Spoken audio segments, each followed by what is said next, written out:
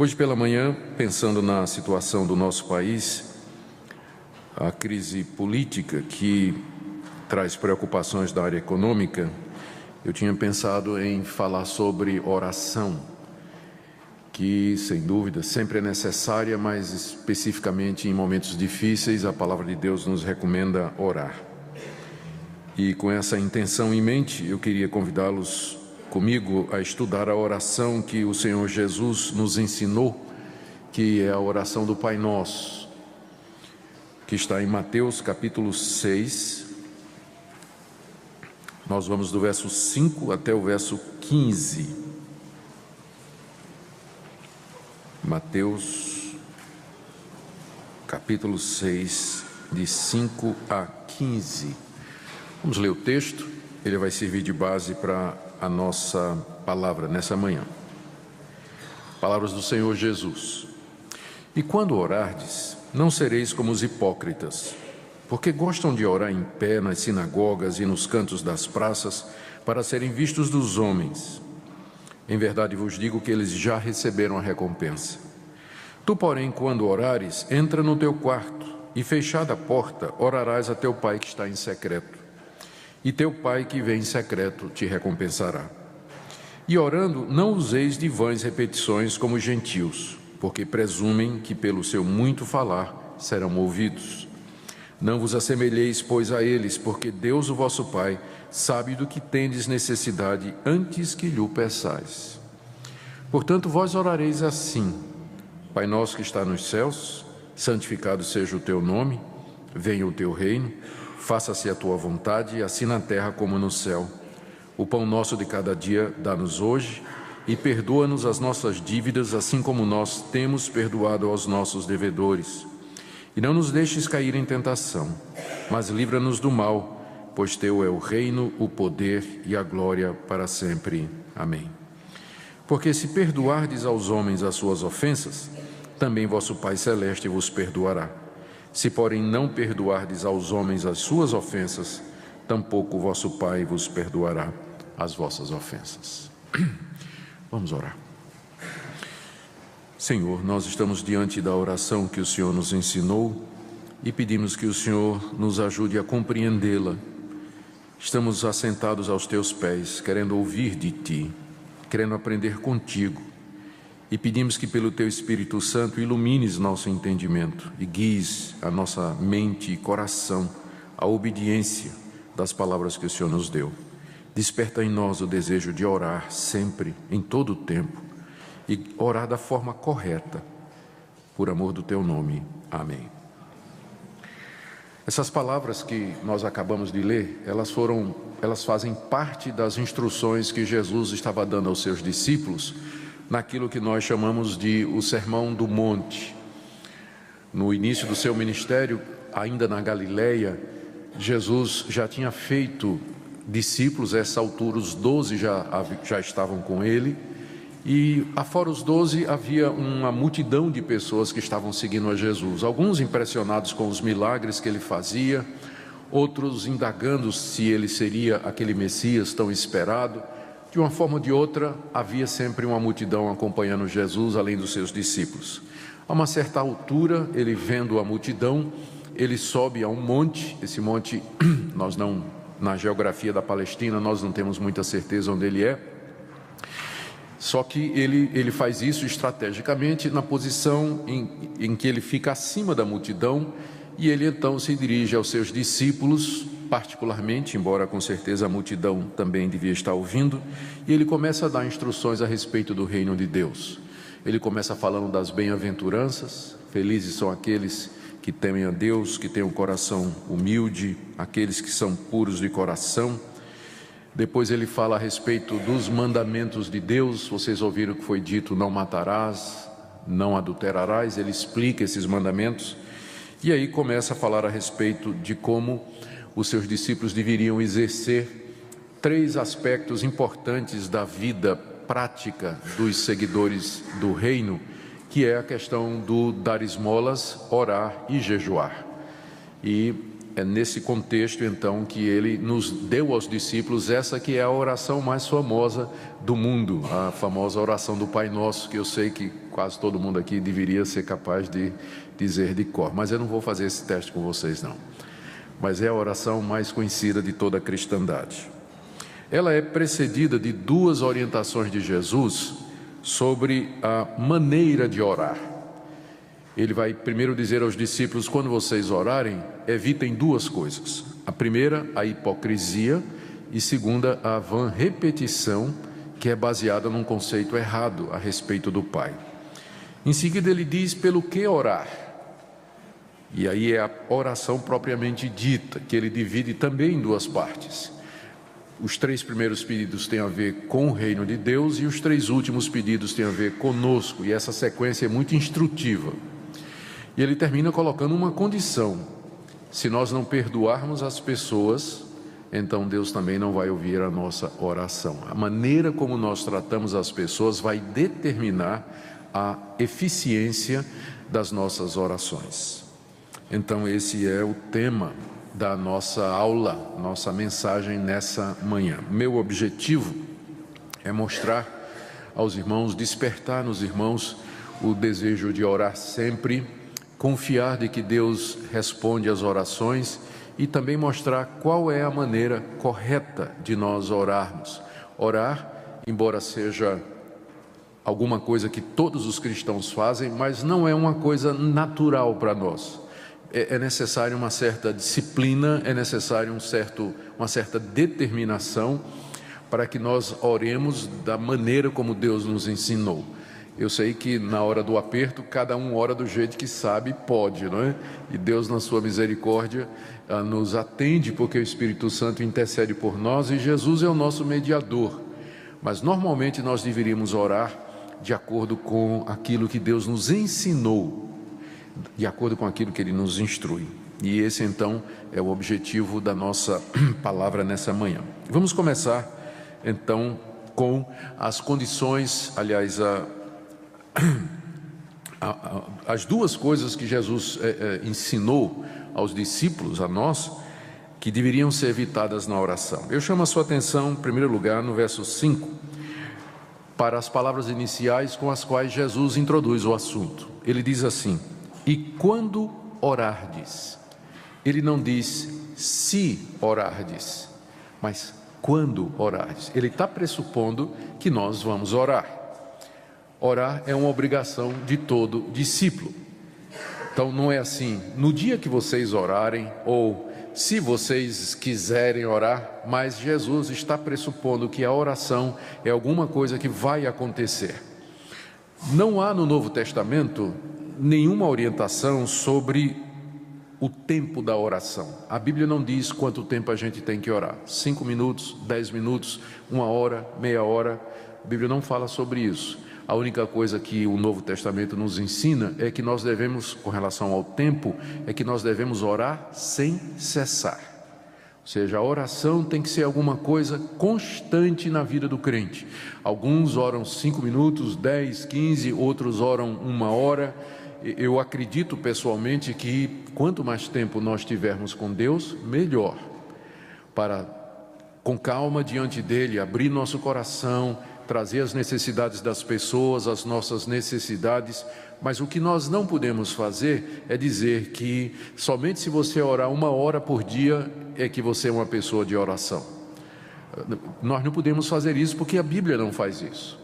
O que a Bíblia diz é que você tem que orar sempre, no carro, em casa, na cozinha, na universidade, na escola, no seu trabalho, onde você estiver, você tem que estar em atitude de oração, espírito de oração, aberto diante de Deus, em comunhão com Ele. E durante o dia você pode estar falando com Deus assim, orações pequenas, tipo assim: Senhor, esse cara acaba de me trancar aqui, né? Quase que bate no meu carro, eu oro pela vida dele.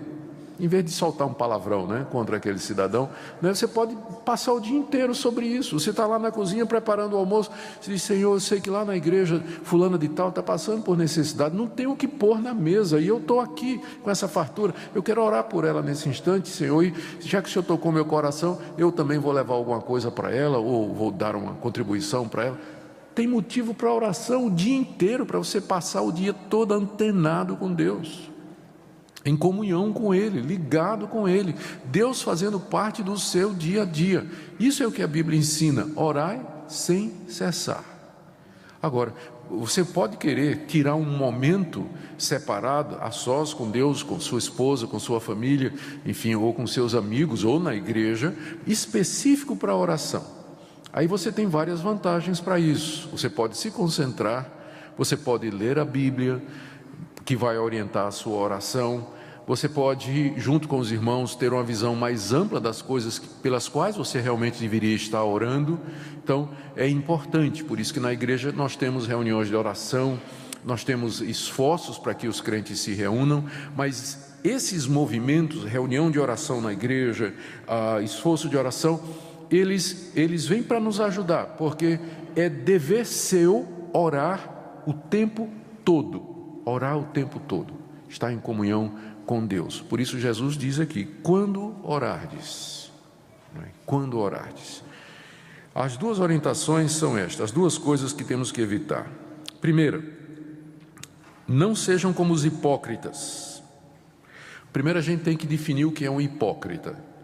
A palavra é muito interessante na língua grega. Significa esconder-se atrás de alguma coisa. E esse nome hipócrita, ele primeiro foi dado aos atores do teatro antigo, que quando se apresentavam no público numa peça, eles traziam uma máscara. Vocês já devem ter visto isso, né? Tem uma máscara em que a pessoa está rindo com um pauzinho e a pessoa bota na frente da cara, né? Ela pode estar até chorando, mas pela máscara o que aparece é o riso. Então, nas peças teatrais, o ator era chamado hipócrita, porque ele estava escondido atrás de alguma coisa. O que aparecia era aquela face sorridente, mas por dentro ele podia estar chorando, podia estar com raiva, mas o que aparecia era aquilo ali. Com o tempo, a palavra hipócrita veio a designar uma pessoa que parece o que não é. Alguém que dá a impressão de que é alguma coisa, mas na verdade ela é outra diferente. Daí o nome hipócrita, que já era comum na época de Jesus. E Jesus então usa o termo hipócrita para aquelas pessoas que usam a oração para parecer que são pessoas piedosas, que andam com Deus, espirituais, mas na verdade não são. Esse é um uso errado da oração. Você querer orar diante das pessoas, Jesus não está proibindo que a gente ore na frente dos outros, mas você, quando for orar em público ou na presença de outras pessoas, você orar para impressionar os outros, para os outros pensarem que você é uma pessoa que anda muito próximo de Deus, quando na verdade você sabe que não é isso. Então esse é o hipócrita. E é claro, a gente pode fazer a aplicação para muitas outras áreas da vida, né? A pessoa está na igreja, a pessoa se envolve com atividades religiosas, ela faz um monte de coisa, mas o coração dela não é reto, não é puro. Então é a máscara, né? É o hipócrita. Ela parece alguma coisa, mas na verdade ela não é. Jesus aqui se refere especificamente no verso 5 aos fariseus. Olha o que ele diz. Na época dele, os fariseus eram os religiosos mais conhecidos. Pessoal que se dedicava a obedecer à lei de Deus em detalhes e cumprir todos os regulamentos da lei de Moisés, mas aquilo era uma fachada. É o mesmo pessoal que depois condenou Jesus à morte. Ele disse: quando vocês orarem, não sejam como os hipócritas, porque eles gostam de orar em pé nas sinagogas e nos cantos das praças para serem vistos dos homens. Era isso que os fariseus faziam na época de Jesus. Nas sinagogas, geralmente se orava sentado. O mestre ensinava sentado. E na hora, quando um fariseu era convidado para orar, vou pedir ao irmão fariseu, que agora nos dirige a Deus em oração, o fariseu, em vez de orar lá do seu cantinho, ele ficava em pé, ó Deus. Aí fazia aquela, aí todo mundo ficava olhando. Puxa, esse cara sabe orar mesmo. Esse deve ser um grande homem de Deus. Hipócrita, coisa nenhuma. Aquilo era show para aparecer diante dos homens. Ou então, na praça, já que o judeu, na lei de Moisés, estava dito que o judeu tinha que orar 3 vezes por dia. Quando chegava a hora de orar, está dizendo aqui, o fariseu chegava na praça, no canto da praça, aquela parte mais exposta, né, na quina, que é de esquina, né, no cruzamento, ele ficava em pé, dava uma olhada para ver se tinha alguém olhando, e aí ele começava a orar publicamente ali naquele local mais visível para chamar a atenção das pessoas. Jesus diz, isso é hipocrisia. Você não pode usar o cristianismo, a oração especialmente, como um meio de se promover, para que as pessoas pensem que você é espiritual. Por isso nós precisamos ter muito cuidado quando a gente lida com essas questões. Qual a motivação? Jesus não está proibindo aqui que você ore em público, mas você tem que lembrar que a oração é dirigida a Deus.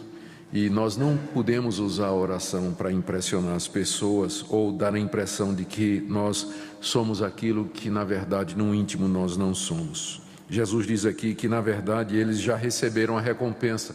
Qual é a recompensa? O aplauso humano. As pessoas dizendo, puxa, que pessoa espiritual. Pronto, é tudo que você vai receber. A sua oração não vai ser atendida por Deus. O máximo é essa recompensa humana que você vai ter. Aí então, o que fazer? Verso 6. Tu, porém, quando orares, entra no teu quarto e, fechada a porta, orarás a teu pai que está em secreto, e teu pai que vê em secreto te recompensará. Como eu disse, o Senhor Jesus não está proibindo que você ore em público e não está dizendo que a oração boa é somente aquela que é feita você trancada no quarto. O que ele está dizendo é que nós evitemos a hipocrisia, a ponto de que, se for necessário, você evite orar em público e vá orar em secreto. O que Jesus está recomendando aqui é a sinceridade de coração, é a comunhão entre você e Deus, longe dos olhares humanos, ou longe de buscar a aprovação humana. A oração é um momento entre você e seu Pai que te vê em secreto, que vê você lá no quarto, onde ninguém mais te vendo, Deus está te vendo. Lá quando você está dirigindo, lá quando você está no trabalho, quando você está na escola, quando você está no seu gabinete, quando você está sozinho, Deus está vendo você. E é a Ele que você vai orar e dirigir as suas orações. A gente precisa sempre ter muito cuidado com as palavras de Jesus e entendê-las no contexto.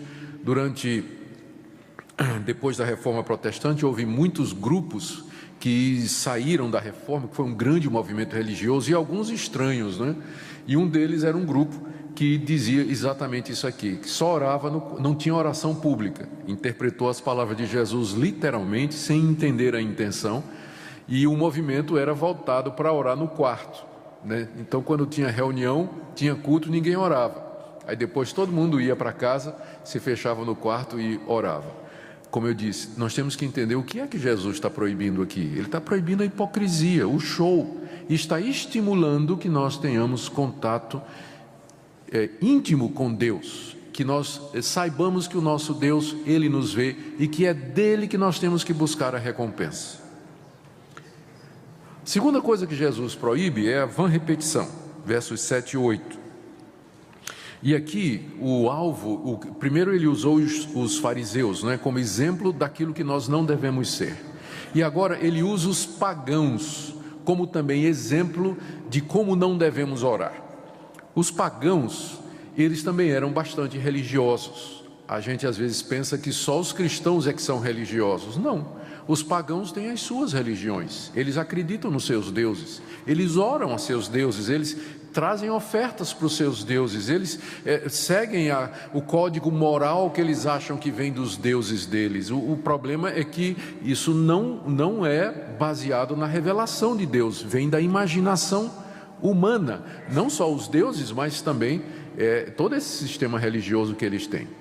E aí, porque esses deuses não são deuses verdadeiros, nas religiões pagãs, nas religiões que não são o cristianismo, você vai encontrar muito desse negócio de mantra, de repetir orações, como se a repetição de determinadas frases, de determinadas palavras, tivessem um poder mágico para influenciar a divindade. Então os pagãos ficavam repetindo frases diante dos seus deuses. Você tem um exemplo disso no Antigo Testamento, quando Elias desafiou os profetas de Baal. Vamos ver qual é o Deus verdadeiro. Um altar para Baal, que era o Deus pagão que estava sendo adorado em Israel, e um altar para o Deus verdadeiro. Os profetas de Baal e esse foi o acordo, não é? A competição, deviam orar a Baal para que Baal mandasse fogo do céu para provar que era Deus. E eles passaram o dia inteiro gritando: responde Baal, e ficavam pulando ao redor do altar, se cortava com faca, e responde Baal, e Elias, que não era nem um pouquinho politicamente correto, dizia: grita mais alto, pode ser que ele foi no banheiro, ou então foi para fazer alguma coisa, né? Grita aí mais alto para ver se Baal responde, e o pessoal repetindo: responde Baal. Elias, chega a vez de Elias, ele vai ao altar que ele erigiu e manda botar água em cima para deixar bem molhadinho o animal que estava morto, e ora uma vez só e diz: Deus, responde para que eles vejam que tu és Deus. E desce, todo mundo conhece a história, desce fogo do céu e consome o altar. É esse contraste que Jesus está fazendo aqui. Quando vocês orarem, não sejam como os gentios, porque eles pensam que pelo muito falar eles serão ouvidos. É porque eles não sabem quem é Deus. Jesus explica: vocês não devem ser semelhantes a Ele, verso 8, porque o vosso Pai sabe do que tendes necessidade antes que lhe o peçais. Antes de nós pedirmos, antes de verbalizarmos a nossa necessidade, Deus já a conhece, porque o nosso Deus é onisciente, onipotente e onipresente. Ele não é como esses deuses da imaginação humana, mas Ele é o Deus que conhece todas as coisas. É o Deus que tem conhecimento dos menores detalhes sobre a sua vida. Ele não somente sabe tudo o que você precisa, mas Ele sabe exatamente o que você precisa, mesmo que você às vezes peça outras coisas.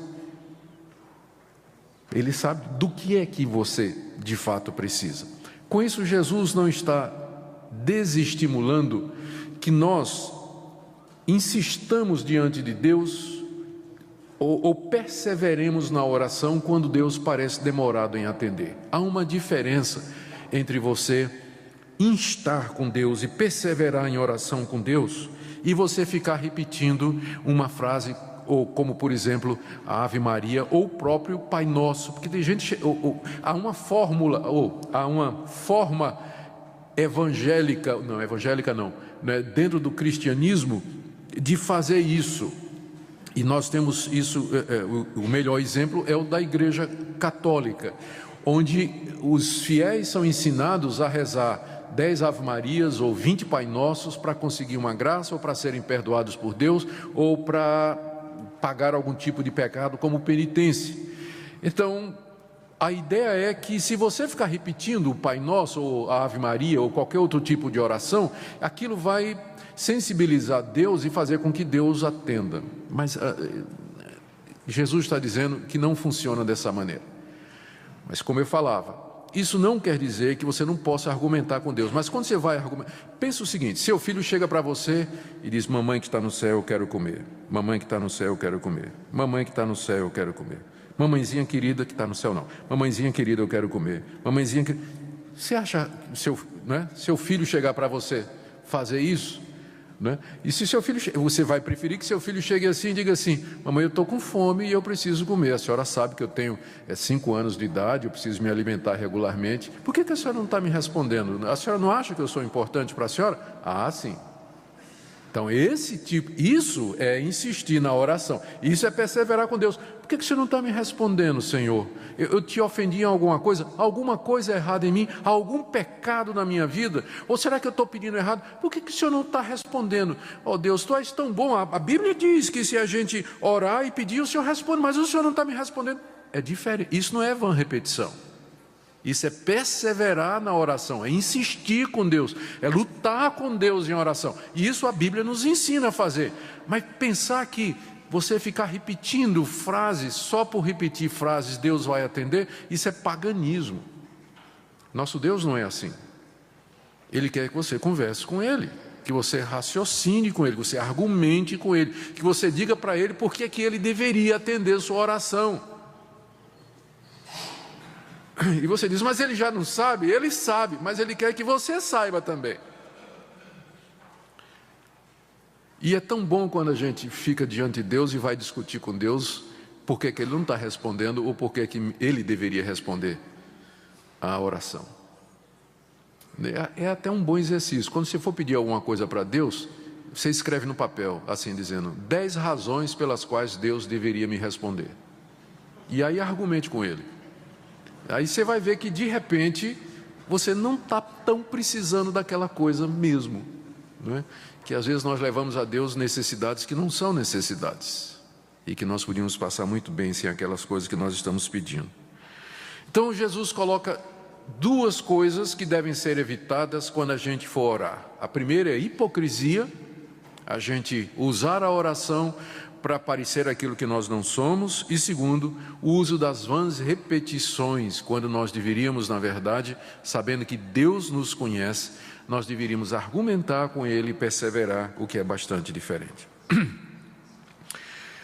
Na segunda parte da instrução de Jesus, essa foi a primeira. Na segunda parte, Ele nos diz pelo que devemos orar. Pelo que nós devemos orar. E então Ele nos dá um modelo do Pai Nosso. E aqui, antes de entrar no modelo do Pai Nosso, antes de entrar nos itens do Pai Nosso, nós temos que primeiro discutir o que é que Jesus pretendeu ao dar aos discípulos um modelo. Quando Ele deu esse modelo, Ele estava querendo dizer que nós podemos pegar essa vai ser a oração padrão que nós vamos fazer todo dia, que ao acordarmos todo dia, nós vamos dizer, Pai nosso que estás no céu, santificado seja o teu nome, venha a nós o teu reino. É isso que nós temos que fazer, e quando formos dormir, por exemplo, a oração antes de dormir é essa mesma, Pai nosso que estás no céu, santificado. É isso que Jesus quis dizer, é um padrão, um modelo para nós. Algumas pessoas entendem que sim. E, através da história do cristianismo, como eu disse, há movimentos, né, que usam o Pai Nosso como sendo a oração. Pessoas que só sabem orar o Pai Nosso. E se você disser assim, em vez de orar o Pai Nosso, conversa com Deus, fala com Ele livremente. Como você está conversando com uma pessoa. E a pessoa fica meio sem jeito, né, de falar com Deus, porque o Pai Nosso acaba virando uma muleta, né? Ele só sabe orar repetindo o Pai Nosso. Eu não penso que essa era a intenção de Jesus. O Pai Nosso que Ele ensina aqui, a oração que Ele ensina aos seus discípulos, Ele ensina como sendo uma orientação sobre quais são as prioridades na minha vida pelas quais eu devo orar, e as coisas principais referentes ao reino de Deus, e as coisas principais com relação à minha vida aqui nesse mundo, pelas quais eu devo orar também. Agora, eu quero dizer para vocês que funciona muito bem como orientação. Na minha vida pessoal, às vezes quando meio desfocado e meio desorientado, sem saber direito o que eu devo orar, quantas vezes eu me vali do Pai Nosso, como sendo uma orientação, para ajeitar minha mente, né? Para não ficar sem saber o que dizer diante de Deus, então me lembrando do Pai Nosso, e indo ponto a ponto e orando a Deus, por isso, por as coisas que estão aqui.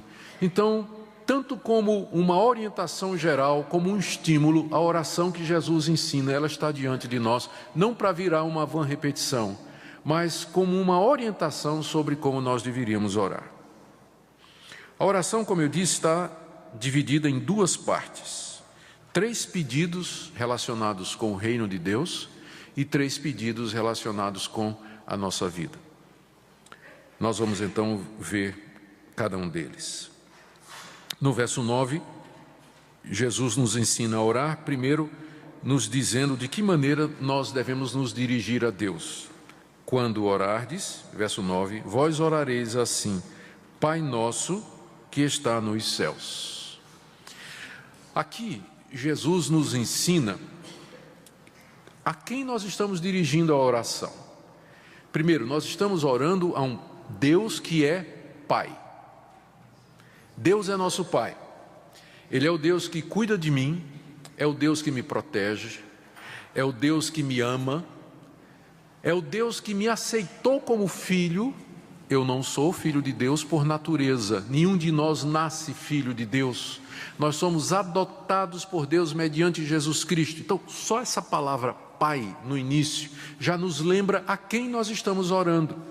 se Ele me adotou, se Ele me aceitou na sua família, se Ele, à semelhança de um pai humano, cuida de mim e provê para mim, está preocupado comigo, eu então me sinto encorajado a me dirigir a Ele e colocar diante dEle as minhas orações e os meus pedidos. O Deus a quem eu oro, Ele é Pai. Um Pai que cuida, que ama, que compreende, que entende, que provê, que tem poder para atender às minhas necessidades. Segunda palavra aqui é que Ele não somente é Pai, mas Ele é Pai nosso. Isso me lembra que eu faço parte de uma grande família de pessoas que, como eu, também podem chamar Deus de Pai. Eu sou um dos filhos desse Deus e há milhões de outros ao redor do mundo que talvez naquele mesmo momento estão se dirigindo ao nosso Pai com pedidos, súplicas e anseios. Ele é o Pai nosso. Eu sempre gosto eu gosto de pensar nisso para nos lembrar desse aspecto coletivo. Não há nada no Novo Testamento, no cristianismo, que ensine ou que estimule o individualismo, essa ideia que às vezes surge nos movimentos pietistas, de que você está ali sozinho, trancado num quarto, clamando a Deus, e a religiosidade ou o cristianismo é praticado mais em termos individuais. A Bíblia toda nos lembra de que nós fazemos parte de uma família. A visão bíblica de igreja ou de ser cristão é coletiva. Nós fazemos parte de um corpo, de uma família. É Pai nosso. Jesus não diz, vocês vão orar assim, Pai meu.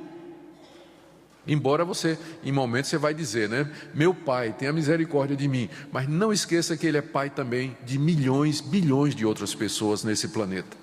E que nós fazemos parte dessa grande família, desse povo que se dirige a Deus como Pai. Terceira coisa, Ele é o Pai nosso que está nos céus. Eu creio que Jesus estava fazendo um contraste consciente. Ele é Pai, mas Ele é o Pai celeste. Ele é distinto dos pais humanos. Os pais humanos, por melhores que sejam, eles são falíveis. Eles erram na criação dos seus filhos, na educação dos seus filhos. Eles não têm recursos, às vezes, para cuidar das necessidades reais dos seus filhos. Mas o Pai que está nos céus, Ele é infalível, Ele é todo-poderoso, Ele é todo-amoroso.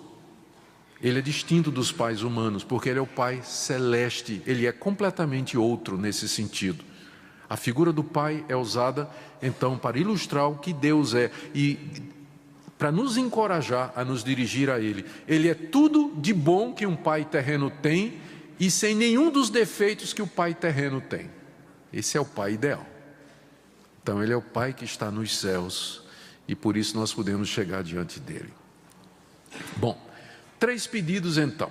Os 3 primeiros pedidos têm a ver com Deus. Jesus nos ensinou a orar, primeiro, santificado seja o teu nome, segundo, venha o teu reino, terceiro, faça-se a tua vontade. E só depois é que Ele diz, dá-nos o pão de cada dia, perdoa as nossas dívidas e não nos deixes cair em tentação. Então, a ordem em que Jesus colocou os pedidos, ela é instrutiva, porque Jesus nos ensina a orar primeiro pelo reino de Deus, pelas coisas referentes ao reino de Deus, ao nome de Deus e à vontade de Deus. Só depois é que vem os pedidos de pão, perdão e proteção. Como eu disse, é instrutivo essa sequência, porque mostra que o alvo primário da nossa vida é a glória de Deus, o reino de Deus acima das nossas necessidades. E eu queria que você agora fizesse uma análise da sua vida de oração. Quando você vai orar, você pede pelo quê? Não precisa responder, posso responder por você? Geralmente é por alguma necessidade sua. Você vai pedir por alguma coisa. Deus, eu estou angustiado, me dê paz. Deus, eu estou preocupado com a situação do Brasil, por favor, me livre. Deus, estou passando necessidade financeira. Deus, eu estou doente, peço. Não tem nada errado de você fazer isso. O problema é que não foi assim que Jesus ensinou. Ele disse que isso vem no final da oração, antes de pedir pela sua saúde, pelas suas necessidades, antes de você pedir por qualquer coisa pessoal sua, você devia pensar nas coisas do reino de Deus, pensar em Deus, na sua vontade e no seu nome. Sabe por que Jesus ensinou a gente nessa sequência? Para evitar o egoísmo.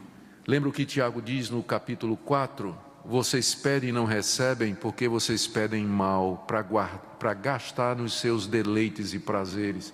Às vezes nós usamos a oração como um meio de tentar convencer a Deus de nos fazer felizes, quando o alvo primário da oração não é necessariamente esse, mas de buscar a glória de Deus e ver o reino de Deus avançando. Por exemplo, primeira petição: santificado seja o teu nome. Deus já é santo. Então, o que é que significa santificado seja o seu nome? Quer dizer, Deus, que o teu nome seja santificado na minha vida, na minha família, no meu trabalho, que eu viva de tal maneira que o teu nome seja conhecido, glorificado, que as pessoas olhem para mim e digam: o Deus desse homem, o Deus dessa mulher é de fato um Deus santo. Porque olha a maneira como ele vive, como ela se conduz, de maneira santa, de maneira justa, reta, pura. Então, esse Deus é um Deus, o nome desse Deus é santo. É isso que esse primeiro pedido quer dizer.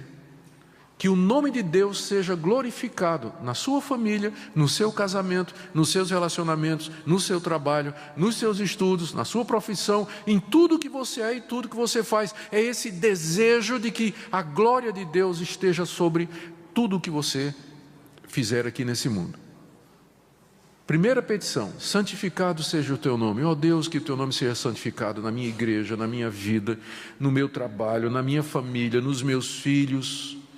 Faz com que eu viva de tal maneira em todas estas áreas que todos percebam que tu és santo. Que pelas obras que eu faço, pelas decisões que eu tomo, eles percebam que há um Deus e que esse Deus é verdadeiro. Segunda petição: venha o teu reino. Deus tem um reino e esse reino já está presente, mas ele ainda não veio na forma completa. Ele virá quando Jesus Cristo retornar. A segunda petição tem a ver com a expansão do reino de Deus no mundo. Senhor, que teu reino venha para esse mundo.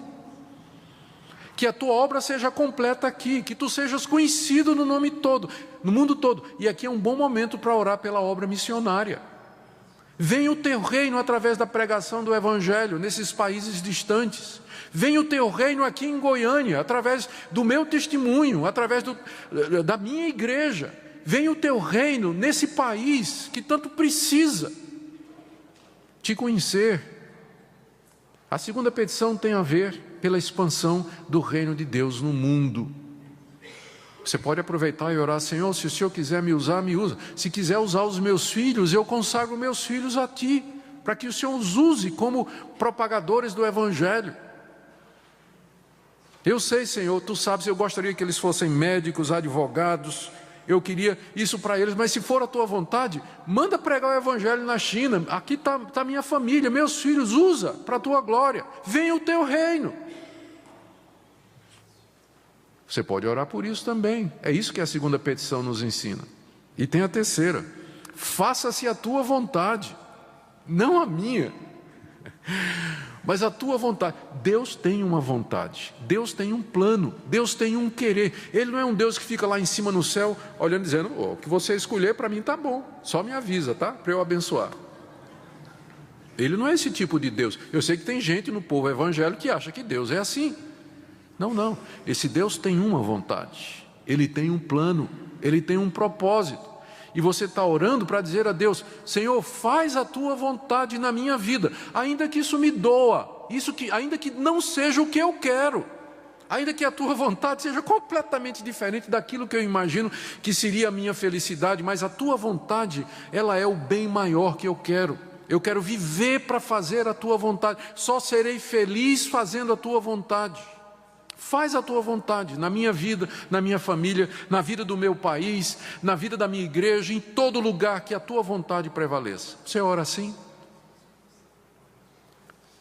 Seja glorificado o teu nome, que o teu reino se espalhe através da igreja no mundo e que a tua vontade seja feita, ainda que me custe dor e sofrimento.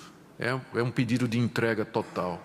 E ele diz aqui, terminando a primeira parte, que nós devíamos dizer: faça-se a tua vontade, assim na terra como no céu. assim na terra como no céu. Com isso ele está querendo dizer que no céu a vontade de Deus já está sendo cumprida plenamente pelos anjos e pelos homens redimidos, glorificados, que agora estão na presença de Deus, louvando a Deus e dando a Ele a glória que lhe é devida. Da mesma forma que Deus é adorado, servido, glorificado e reconhecido nos céus, que Ele seja na terra. Que o nome dEle, que o reino dEle venha, que o nome dEle seja conhecido e glorificado e que a vontade dEle finalmente domine. Essa é a oração mais profunda que você poderia fazer. E agora você pode entender porque pão, perdão e proteção são secundários. Eles vêm depois, na sequência que Jesus está ensinando. Está aí, a partir do verso 11, Jesus então diz, agora vocês podem orar, depois que vocês orarem assim, agora vocês podem orar pelos pedidos de vocês. E tem 3 coisas que Jesus colocou como sendo alvo das nossas orações pessoais e particulares, para as nossas necessidades. Primeiro, o pão nosso de cada dia nos dá hoje. É fácil lembrar, porque tudo começa com P, né? Pão, perdão e proteção. Vamos começar com o pão. A oração é, o pão nosso de cada dia nos dá hoje. Notou primeiro que ele está dizendo que você tem que orar pelo pão e não pelo pudim, não é? Porque a gente, entendeu? Deus promete, quando ele diz assim, ore pelo pão, o que é que Jesus está dizendo? Se você pedir o pão, Deus dá. Pudim, pode ser. O ponto de Jesus é, se você pedir o pão, então, se Ele nos ensina a pedir o pão, é porque Deus está disposto a dar o pão. O pão representa o alimento mais básico, mais fundamental. Com isso Ele quer dizer, você pode pedir pelas suas necessidades básicas. Aquilo que passa do pão, até a manteiga, né? Aquilo que passa do pão pode ser, não tem promessa de que você vai todo dia passar manteiga no pão, ter um queijinho com mortadela, de jeito nenhum. Deus não está prometendo isso. Ele está prometendo o sustento básico, que Ele não vai deixar você morrer de fome. Agora, que você vai ter uma mesa farta, bonita, cheia de variedade, todo tipo de carne, comer churrasco e tudo mais, isso aí é graça. Graça, Deus, Ele dá pela misericórdia dEle, mas no dia que isso faltar, não quer dizer que Ele não ama você e que Ele não está sendo fiel às promessas. Então se lembre disso. Segunda coisa que você tem que notar aqui, que é muito instrutivo, é que Ele está dizendo, o pão nosso de cada dia nos dá hoje. Jesus não ensina você a orar pelo pão de amanhã, mas pelo de hoje. Como que dizendo assim, você tem que orar isso todo dia. E Deus não vai dar hoje o pão de amanhã. Ele se compromete com o que Ele disse, basta a cada dia o seu mal, um por um, viver um dia de vez. Esse é o compromisso de Deus. Ele pode nos dar hoje, mas o amanhã está na mão dEle. Então Ele nos ensina a pedir o pão para o dia, com o objetivo de dizer, o futuro está nas minhas mãos, eu vou cuidar de você, confia em mim, confia em mim, confia em mim. Nós somos ensinados então a viver na dependência diária de Deus. O segundo pedido, dentro da segunda parte da oração, perdoa-nos as nossas dívidas, assim como nós temos perdoado aos nossos devedores. Embora a palavra dívida é comumente usada no Novo Testamento para dívida financeira, você está devendo dinheiro, mas aqui é usado figuradamente para a nossa dívida diante de Deus, ou seja, o pecado é visto aqui, quando nós quebramos a lei de Deus, o pecado é visto como uma dívida que você contrai diante de Deus. Quando você peca, você se torna devedor a Deus. Por quê? Porque você ofendeu a honra de Deus, você desobedeceu ao seu Criador, você entristeceu aquele que é o seu Pai e que tem uma vontade e que é santo, como a primeira parte da oração diz. Então, quando nós desobedecemos a esse Deus, nós nos tornamos devedores e, portanto, sujeitos ao castigo de Deus, à repreensão de Deus, à disciplina de Deus. E como nós não podemos pagar os nossos pecados, nós não podemos pagar pelas nossas boas obras, nós não podemos pagar com o nosso dinheiro, nós não podemos pagar dando dízimo, nós não podemos pagar fazendo longas orações, nós não podemos pagar nos retalhando e derramando o nosso sangue. Então só resta uma opção quando você peca, é você chegar diante de Deus e dizer: Deus, me perdoa, eu não posso pagar os meus pecados, eu errei, estou em dívida para contigo, não tem nada que eu possa fazer, a não ser te pedir perdão, que o Senhor me perdoe.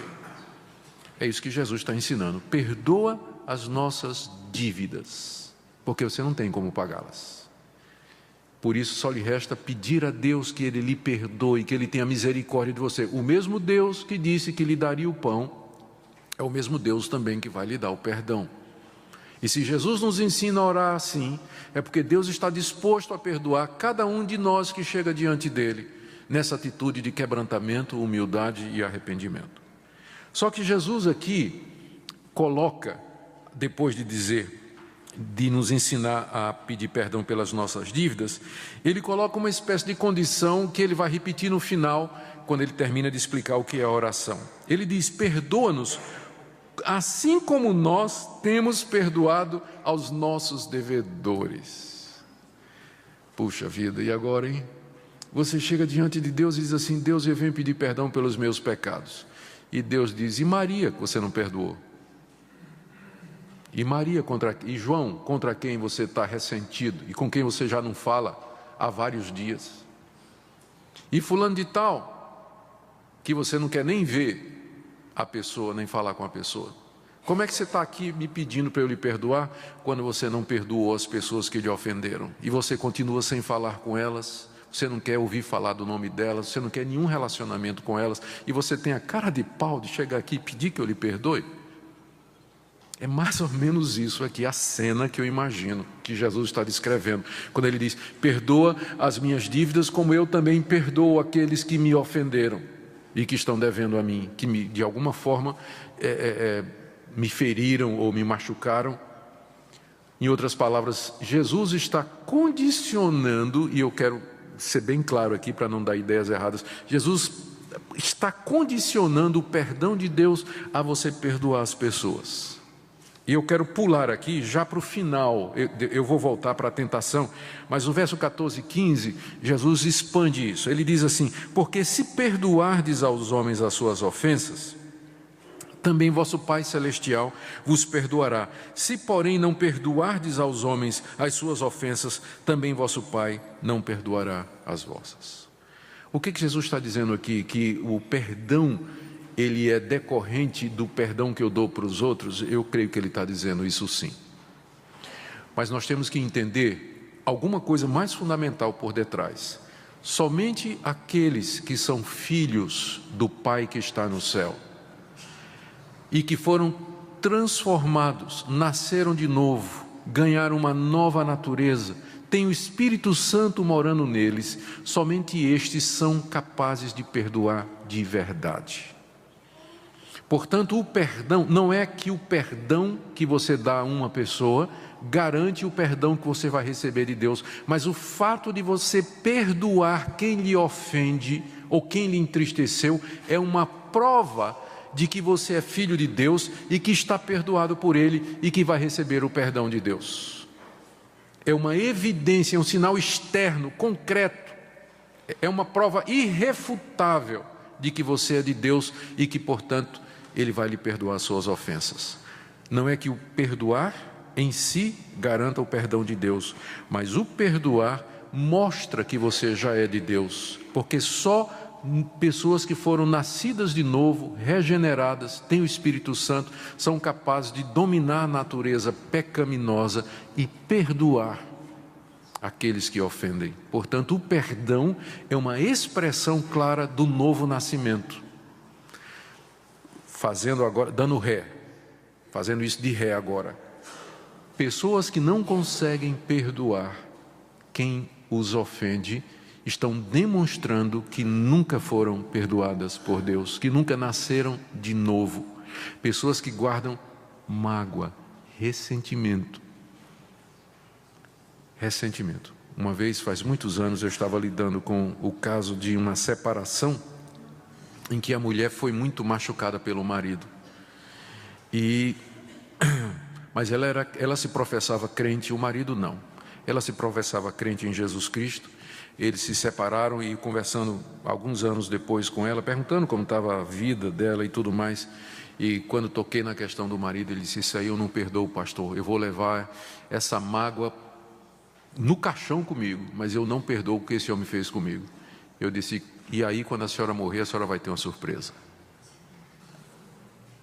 Se a senhora levar isso para o caixão, a senhora está pensando que vai para o céu, para a presença de Deus. Quando a senhora morrer, a senhora vai ter uma surpresa. E eu digo a mesma coisa a todos nós. Se você levar para o caixão, você está dizendo ao mundo que você nunca foi de fato perdoado por Deus, que você nunca de fato experimentou o perdão de Deus, porque essa é a história que Jesus vai contar mais adiante. Lembra da parábola do credor incompassivo? Daquele homem que foi perdoado uma nota e depois não quis perdoar aquele que lhe devia 10 contos.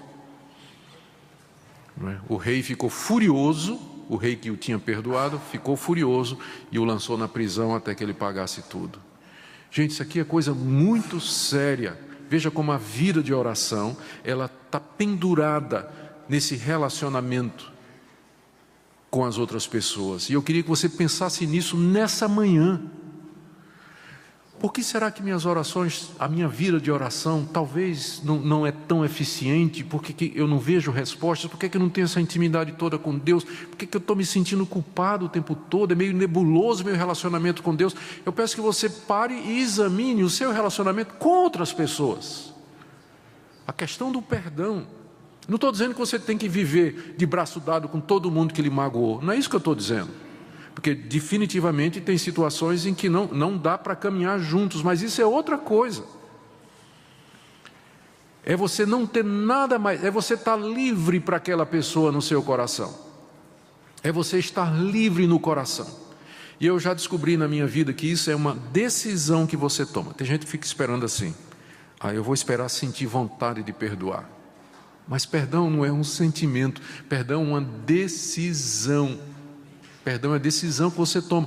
É você chegar diante de Deus e dizer assim: Deus, eu perdoo fulano agora. Em nome de Jesus, ele está perdoado. Você está sentindo raiva do cara. Irrelevante. É uma decisão. Senhor, eu perdoo, ele está perdoado. A partir de agora, eu vou tratar essa pessoa como se ela nunca tivesse me ofendido. Isso significa que eu vou falar com ela, que eu vou orar por ela. Se ela precisar de alguma coisa, eu vou dar. Não quer dizer que eu vou morar na casa dela, mas eu vou tratar como se ela nunca tivesse me ofendido. É isso que é perdoar. É isso que é perdoar. Se não perdoardes aos homens as suas ofensas, também vosso Pai Celeste não vos perdoará. Voltando agora para a oração, para a última parte, eu vou terminar. Jesus nos ensinou a pedir 3 coisas por nós: pão, já falei, perdão, acabo de falar, e tentação. E proteção, desculpa. Verso 13. E não nos deixes cair em tentação, mas livra-nos do mal. A tentação aqui é uma referência, provavelmente uma referência a Satanás, porque a palavra mal pode ser traduzida como maligno, mas livra-nos do maligno. Ou talvez quando ele diz livra-nos do mal, não é? O mal aqui personificado na pessoa de Satanás, que tenta o cristão. O diabo e seus anjos, que nos tentam diariamente, procurando nos afastar de Deus, enchendo o nosso coração de mágoa e de ressentimento, não é? Dizendo na nossa cabeça: tu vai perdoar fulano de tal depois de tudo que ele fez, não é? Pode saber que perdoar não é fácil, porque tem um mal que está ao nosso redor. Talvez não sem razão, é que ele vem na sequência, depois de dizer perdoa as nossas dívidas, e não nos deixes cair em tentação. Qual seria a tentação? Não perdoar. Ficar ressentido, magoado, coração cheio de feridas a vida toda. Não nos deixes cair em tentação, mas livra-nos do mal, porque Ele é o nosso Deus. Ele é todo poderoso, Ele mantém Satanás na coleira. O diabo só nos tenta até um limite que Deus permite, Por isso eu digo, Senhor, não me deixa cair em tentação. E é um bom momento quando você está orando aqui, você lembrar quais são as áreas. Senhor, não me deixa cair em tentação, porque eu me sinto tão tentado a cair fora do meu casamento, mesmo que minha mulher não me traiu, nem me largou, mas eu estou tentado a sair fora, não me deixa. Senhor, eu estou tão tentado nessa crise financeira que nós estamos passando a entrar no desespero, fazer alguma coisa errada, não me deixa fazer isso. Senhor, eu estou tão tentado a viver me sentindo vítima e não me deixa. Você sabe quais são as suas áreas fracas. É um bom momento de você pedir a Deus, não me deixa cair nessas tentações. O Senhor me deu uma namorada tão bonita, Deus, não me deixa cair na tentação. Me ajuda a esperar por ela até eu casar. Não me deixa cair na tentação, porque é grande. Para todo mundo parece a coisa mais normal do mundo. Mas eu sei que não é para ti. Não me deixa cair em tentação. Senhor, eu estou doido para falar mal de fulano, mas não me deixa cair em tentação. Amarra minha língua, Senhor. Costura minha boca. Não vou falar mal. Não me deixa cair em tentação. E Jesus nos ensina a terminar dizendo: pois teu o reino, o poder e a glória para sempre. Amém. Na sua Bíblia deve estar entre colchetes aí essa frase. Isso é porque em alguns manuscritos antigos, onde tem o Evangelho de Mateus, alguns manuscritos gregos, datando do século III e IV, essa frase não aparece. Alguns acham que foi inserida depois. Quer ter sido inserida depois ou tenha sido escrita pelo próprio Mateus, ela faz bastante sentido. E está na maioria dos manuscritos que nós temos. Então, o que Jesus está nos ensinando ao final da oração é dizer: Deus, santifica o teu nome, venha o teu reino, tua vontade faz, dá-nos o pão, dá-nos o perdão e dá-nos a proteção, pois teu é o reino, tu és o rei e tu tens poder para fazer todas estas coisas. Teu é o poder. Não te faltará, ó Deus, habilidade, capacidade, sabedoria, recursos, para o Senhor me dar o pão, o perdão e a proteção, pois teu é o poder. Não estou orando a um Deus morto. E tu é a glória. No final, tu receberás a glória, se tu me atenderes.